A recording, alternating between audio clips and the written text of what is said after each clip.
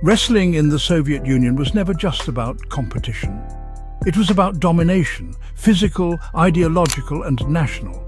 Soviet wrestling became a global force, an unstoppable machine that broke opponents with technique and grit.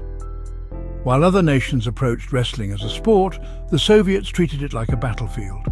To understand Soviet wrestling, you have to go back to the early 20th century, during radical political and cultural change. The rise of the Soviet Union brought a state-sponsored approach to sport. Wrestling wasn't simply encouraged, it was engineered.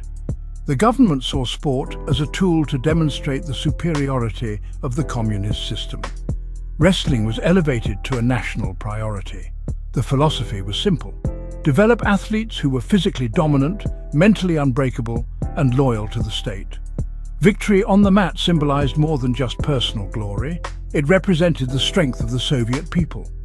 Coaches weren't just trainers, they were engineers of human performance. And the athletes? They were soldiers in singlets.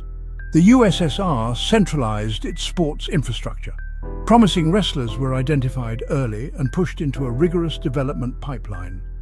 Soviet coaches prioritized resilience over flash, grit over flair. If you couldn't handle the training, you weren't cut out for the sport. These young athletes were taken to sports boarding schools, known as internats, where their lives were regimented down to the minute. Everything was optimized to produce results. From the republics of Georgia, Dagestan, and Armenia to Moscow itself, wrestling became a proving ground. The Soviet Union may have collapsed, but its wrestling legacy never died. In fact, it evolved.